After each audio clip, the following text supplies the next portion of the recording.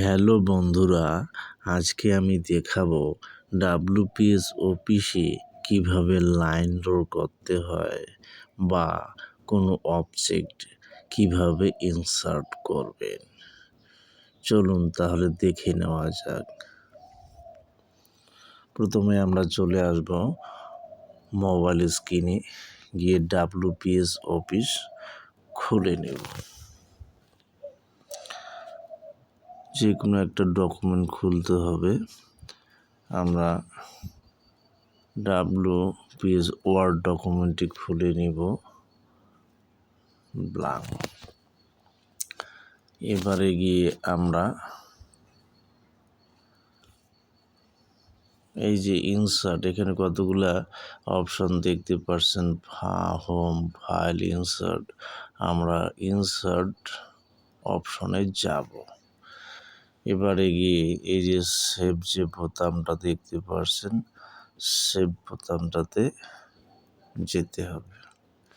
এরপরে এই যে একটা যে কোনো লাইন আমরা নিয়ে নেব।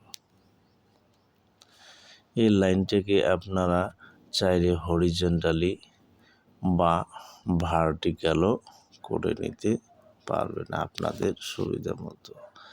এবার এটাকে হোল্ড করে এভাবে নড়াচড়া করানো যেতে পারে। এবার দেখব আমরা এই লাইনটিতে কিভাবে বিভিন্ন কালার দেওয়া যায়। এবারে আমরা এই লাইনের মধ্যে হোল্ড করব। তারপরে দেখতে পাচ্ছেন ডিলিট, রোটেট, র্যাপ। আমরা র্যাপ অপশনটাতে যাব। এবারে দেখুন এখানে বিভিন্ন কালারের অপশন আছে। আমরা এই লাল কালারটাকে দিয়ে নিলাম। দেখুন বন্ধুরা, লাইনটির কালার লাল হয়ে গেছে।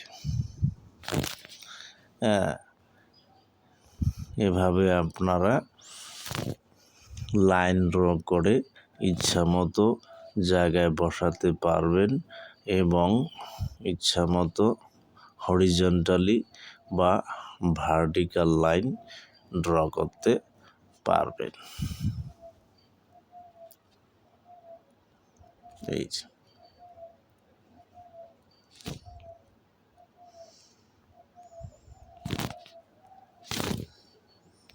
তো আজকের ভিডিও